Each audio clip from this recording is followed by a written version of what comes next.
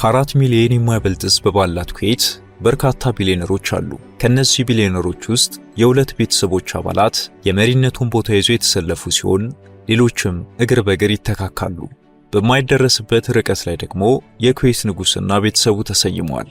የኩዌት ዜጎች ከዓለም 5 ከፍተኛ ዓመታዊ የነፍስ ወከፍ ገቢ ካላቸው መካከል የተመደቡ ሲሆን የነፍስ ወከፍ ገቢያቸው በዓመት $70,000 ገደማ ነው። ጠቅላላው የአገሪቱ ዓመታዊ ገቢም እንዲሁ ከዓለም በ5ኛ ደረጃ ላይ ተቀምጧል። ኩዌት 84 በመቶ የሚሆነው የአገሪቱ ገቢ የሚገኘው ከነዳጅ ዘይት ኢንዱስትሪ ነው። 90 በመቶ የሚሆኑ ኩዌታውያን በዚሁ የነዳጅ ዘይት ኢንዱስትሪ ተቀጥረው የሚሰሩ ሲሆን በደሞዝ መልክ ከሚያገኙት ክፍያ ላይም ምንም አይነት ቀረጥ አይከፍሉም። ከዚህ ግዙፍ ኢኮኖሚ ጀርባም ገዝፍ የወጡ የምጣኔ ሀብት ዘዋሪዎችም ይገኛሉ።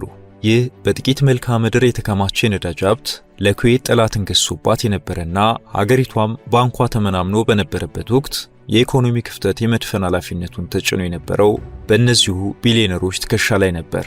በኩዌት የሚገኙ ቢሊዮነሮች ያከማቹትን ሀብት በቀጥታ የማሳወቅ ዝንባሌ የሌላቸው በመሆኑና ድርጅቶቻቸውን በቤተሰብ ስም ማስመዝገብ የሚያዘወትሩ በመሆኑ ፎርብስ የተባለው የአሜሪካ መጽሔት የበርካታ ቢሊዮነሮች ስም በዝርዝር ለማካተት ፈቃደኛ ሳይሆን የቀረባቸው በርካታ አጋጣሚዎች ነበሩ።